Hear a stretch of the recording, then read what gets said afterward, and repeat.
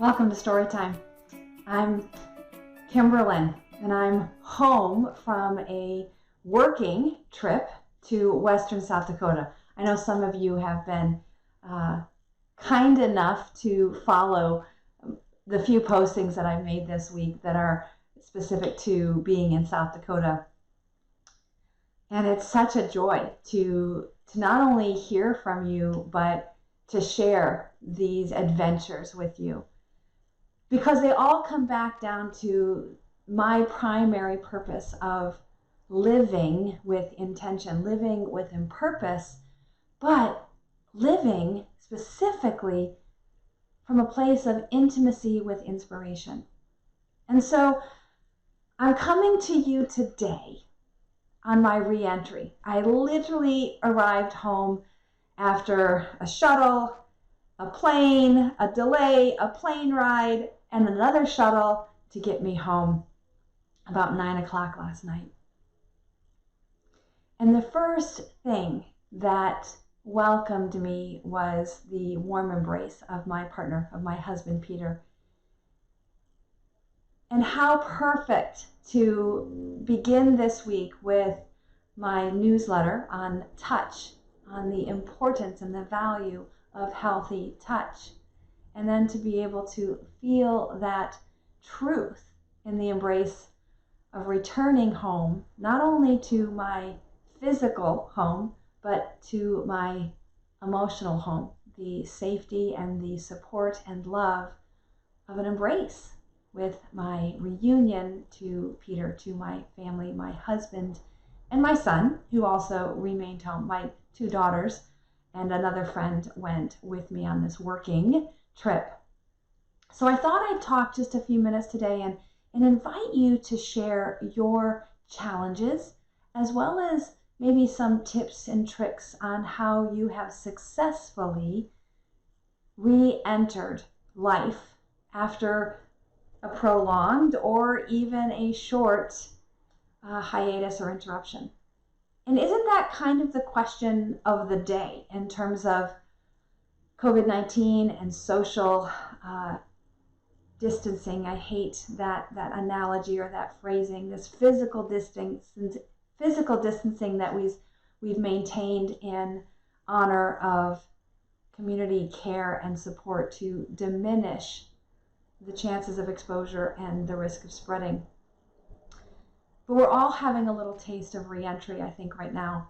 And in fact, that desire to re-enter our lives is both a challenge and an encouraging indication that we need to connect. We need to share space and time and energy. And one way in which I do that for myself is to re-engage in real time. That's the purpose of Storytime. But it's also the purpose of class, of yoga practice. And it's the essence of why I lead circles. In fact, tonight we'll be gathering both virtually and in person for a book club discussion. Now, book club is actually a component of a program that I call the Guru Circle, which is really for those of us who are committed to living yoga as a daily practice of breathing, of moving, of resting, of yes, doing asana and meditation on our mat or on our cushion, but also finding ways to sprinkle the practice of yoga into our everyday waking and sleeping moments. And that's why this re-entry, I wanted to really make a special note that this is an opportunity to intentionally begin again the practices of living mindfully, purposefully, and intimately with inspiration. And when we live mindfully, purposefully, and intimately with inspiration, it's the groundwork that allows us to live authentically and intimately with each other. Now, this week was a whirlwind of activity and events and connections and reunions and working to support you in your practice of yoga. We had women's circle, we had practice every day, we had lots of ways in which, although I was remote, we were still finding ways to connect. And now that I have returned, that connection continues.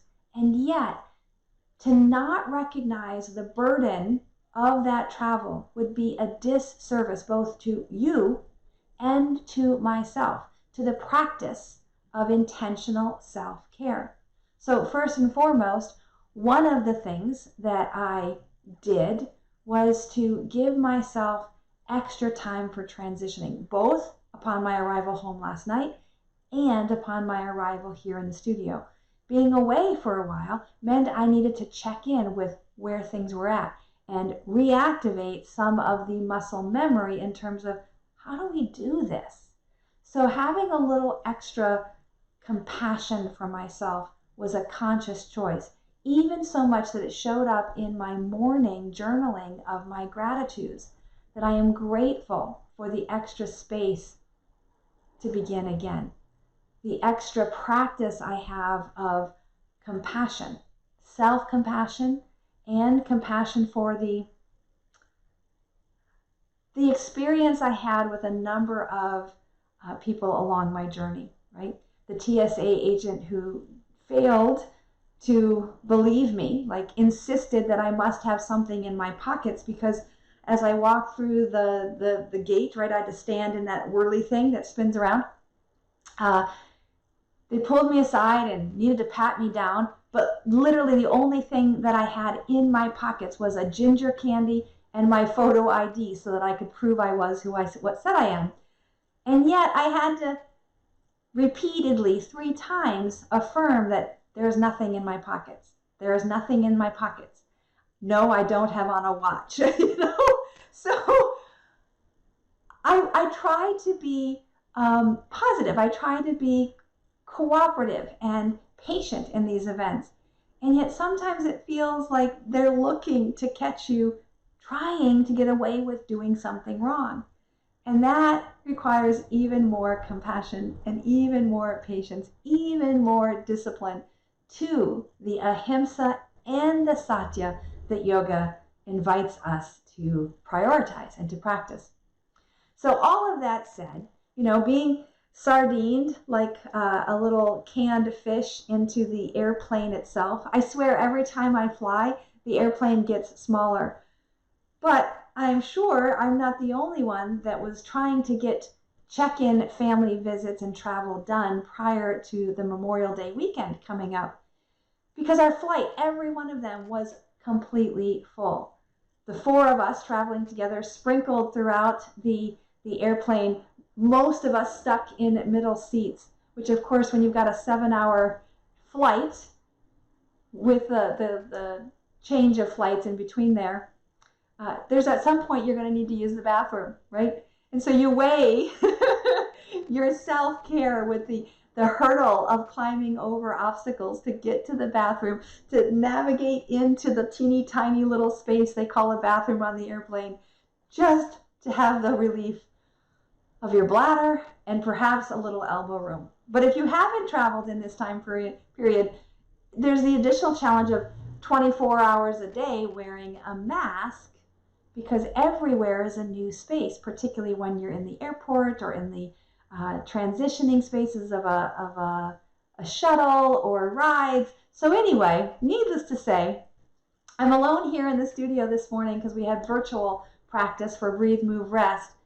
And my face is enjoying the freedom to not be covered, to not be constrained by the mask.